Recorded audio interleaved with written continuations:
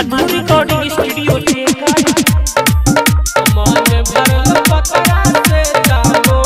DJ Kanchan Raj Muzaffarpur.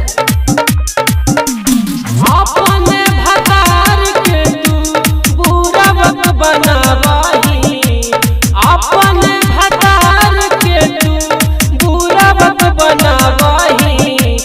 मन भरल पतरा से ता मोटा वाला खो जाही, मन भरल पतरा से ता मोटा वाला खो जाही। अपने भतार के तू बुरा वक्त बनावाही, अपने भतार के तू बुरा वक्त बनावाही। अमन भरल पतरा से ता मोटा वाला खो जाही, मन भरल पतरा से ता मोटा वाला खो जाही। सही बात है गे। मन भरल पतरा से ता मोटा वाला खो डीजे कंचन राज मुजफ्फरपुर।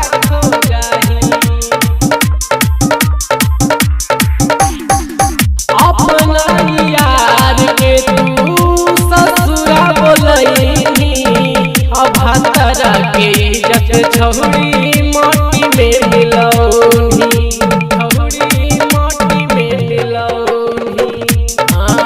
अपना यार के तू ससुरा बोलैनी, अब भतरा के इज्जत छौरी माटी में मिलौनी।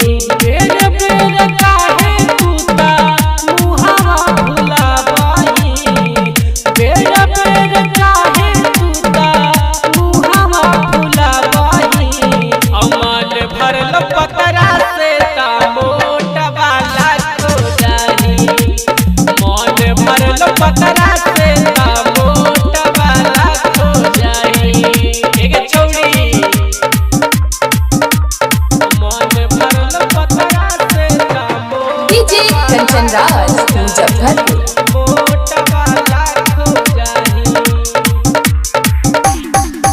पियावा आकाश के ता कईनी बर्बाद गे, पंकज लभरावा के कईनी जिंदाबाद गे, जिंदाबाद गे।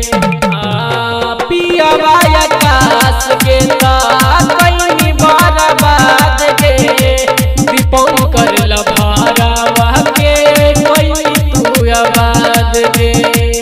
फोन करके मिलेला तू नहीं रा बोलावाही, फोन करके मिलेला तू नहीं रा बोलावाही।